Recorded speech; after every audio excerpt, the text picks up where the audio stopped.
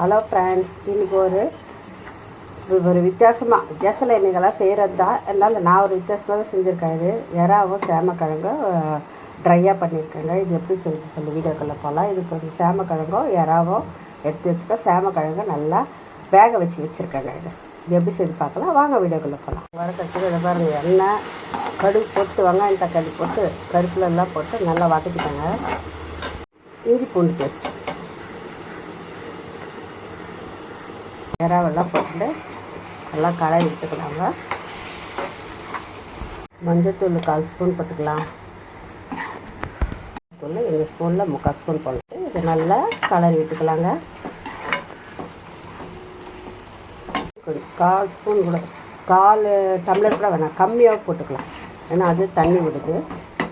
ஏன்னா உப்பு காரெல்லாம் அதில் ஊறணும் இல்லையா, அதனால் கொஞ்சம் உப்பு போடலாம்.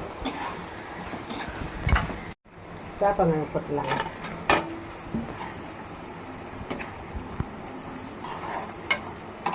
எறா சேமக்கிழங்கு வரவெல்லாம் நல்லாயிருக்கும். குழம்பு வச்சா சூப்பராக இருக்கும்.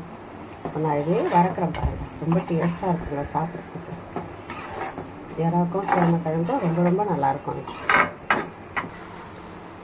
அவ்வளோதாங்க, கொத்தமல்லி போட்டுட்டு ஸ்டவ் ஆஃப் பண்ணிடலாங்க. நல்லாயிருக்கும். இது சேப்பங்கிழங்கும் எறா அப்படியே தொக்கு இருக்கேன், நல்லாயிருக்குங்க இது சாப்பிட்றதுக்கு. இந்த வீடியோ பிடிச்சிருந்தா என் சேனலுக்கு மறக்காமல் சப்ஸ்கிரைப் பண்ணுங்கள், லைக் கொடுங்க, ஷேர் பண்ணுங்கள், கமெண்ட் பண்ணுங்கள் ஃப்ரெண்ட்ஸ். தேங்க்யூ, பாய்.